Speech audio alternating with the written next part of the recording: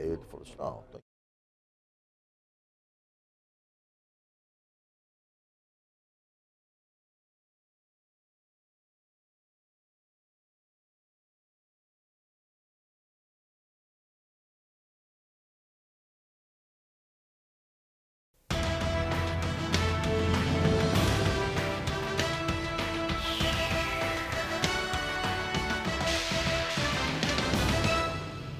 boa noite, está começando pela rede CNT de televisão, o Jogo do Poder, um espaço aberto para a discussão política.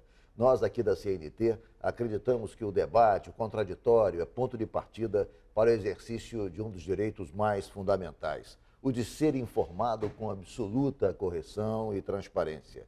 Esse é o objetivo, esse é o propósito do Jogo do Poder, que tenho o prazer de receber hoje o desembargador Ciro Darlan, coordenador das varas de infância e juventude do Rio de Janeiro. Boa noite, doutor Ciro. Boa noite, Ricardo. Boa noite, Caio. Boa noite, telespectadores da CNT. É um prazer estar aqui nesse programa e à disposição de vocês para esclarecer aquilo que for necessário. O prazer é nosso em recebê-lo e para entrevistá-lo eu convidei também o jornalista Caio Barbosa do Jornal O Dia. Boa noite, Caio. Boa noite, Ricardo. Boa noite, doutor Ciro. Mais uma vez, Ricardo, obrigado pelo convite. Em nome do Jornal O Dia, da direção do jornal, é um prazer estar aqui para a gente debater sempre temas relevantes para toda a sociedade. É sempre um prazer recebê-lo aqui, Caio. Obrigado. Desembargador Ciro Darlan, o senhor, nas últimas semanas, foi protagonista de uma ação objeto de críticas de setores da sociedade do Rio de Janeiro. O senhor mandou soltar, através de alguns menores, o senhor deliberou pela soltura de alguns menores, 54 menores, supostamente de alta periculosidade, que estavam nos educandários da Ilha do Governador. Eu queria saber, quer dizer, de pronto o seguinte, quer dizer, como é que o senhor recebeu as críticas de alguns setores, entre os quais do Ministério Público, de que foi uma atitude irresponsável soltar menores de alta periculosidade por conta do não cumprimento de questões formais? Boa noite. É muito bom esse espaço para poder esclarecer, Ricardo. Na verdade, eu não soltei ninguém, porque eu sou um desembargador e que recebi a função de coordenar as varas da infância e da juventude do Rio de Janeiro. Nós temos uma lei, a lei do SINASE, do Sistema Nacional de Aplicação de Medidas Socioeducativas, que está em vigor desde 2012, que determina que os juízes façam periodicamente uma reavaliação das medidas socioeducativas aplicadas. A juíza Cristiana Cordeiro, como responsável e em exercício na vara de execução dessas medidas socioeducativas, ela passou a fazer as reavaliações que não estavam sendo feitas de acordo com a lei, e essa é a grande novidade, porque para o Rio de Janeiro, porque em todo o país, em todos os outros estados da federação, isso jamais seria notícia, porque é uma ação corriqueira, feita naturalmente pelos juízes da infância e da juventude. Os números que você menciona também não estão corretos. Foram mais de 250 reavaliações feitas. Ocorre que, para determinados setores que recorreram à mídia de forma sensacionalista, o número 56, com 54 progressões, é um número cabalístico, mas não é realidade. Na primeira audiência, a juíza presidiu 170 reavaliações. Mas das 170, todas foram postas em liberdade ou não? Não, o número das que foram postas em liberdade é significativo, porque há muito tempo não se faziam revisões dessas medidas e a juíza fez 170 num dia apenas, no educandário Santo Expedito. Explica para a gente, na verdade, quer dizer, o que seria essa avaliação? Quer dizer, eu disse que no Rio de Janeiro, diferentemente dos outros estados brasileiros, não se fazia essa reavaliação de tempos em tempos.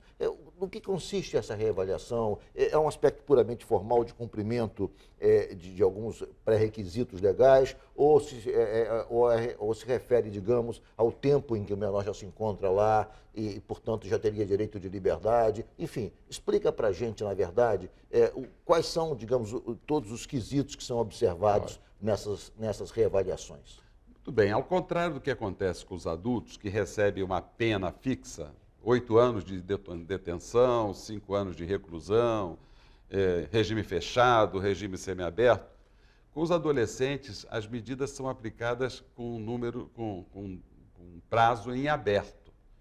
Pode ser cumprido a internação pelo prazo máximo de 3 anos.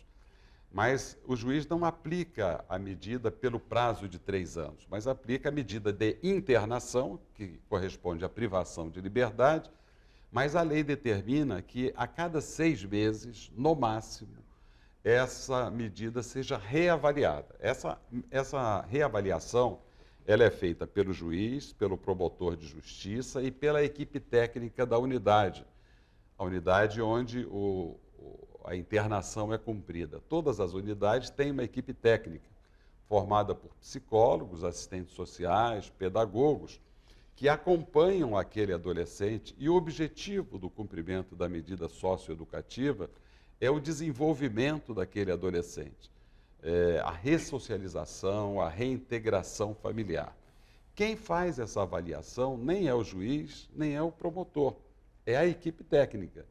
Então, nessas audiências de reavaliações, a equipe técnica se apresenta e diz ao juiz: olha, o fulano tem demonstrado um comportamento bom, tem demonstrado um arrependimento daquela ato ilícito que praticou, tem demonstrado uma vontade de voltar a estudar, de voltar ao convívio familiar, a sua família é uma família interessada, visita-o periodicamente, ou não.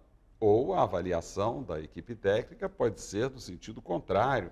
Esse adolescente não está preparado para ser reintegrado, esse adolescente não tem um comportamento bom, ele não demonstra arrependimento.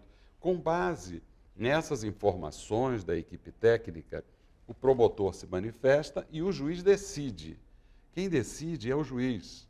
O promotor não decide coisa nenhuma, isso é bom que se esclareça à população.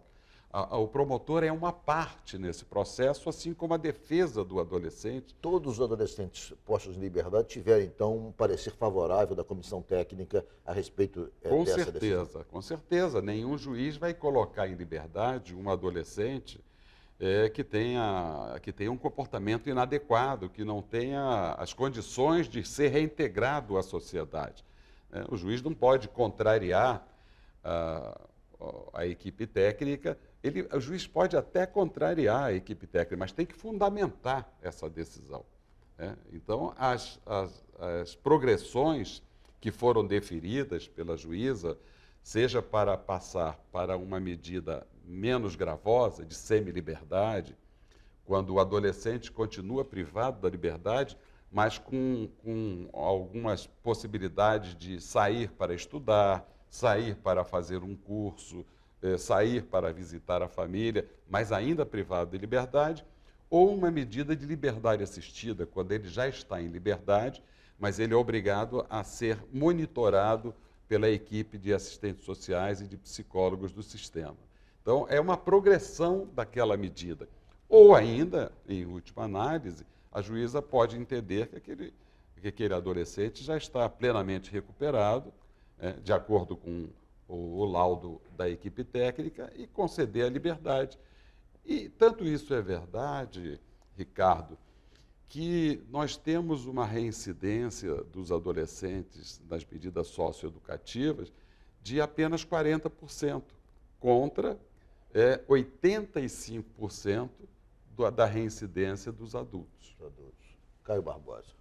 Doutor Ciro, a medida tomada pela doutora Cristiana Cordeiro e referendada pelo senhor foi pauta do Jornal Dia, de vários jornais, vários veículos na semana passada, foi alvo de uma crítica feroz do Ministério Público.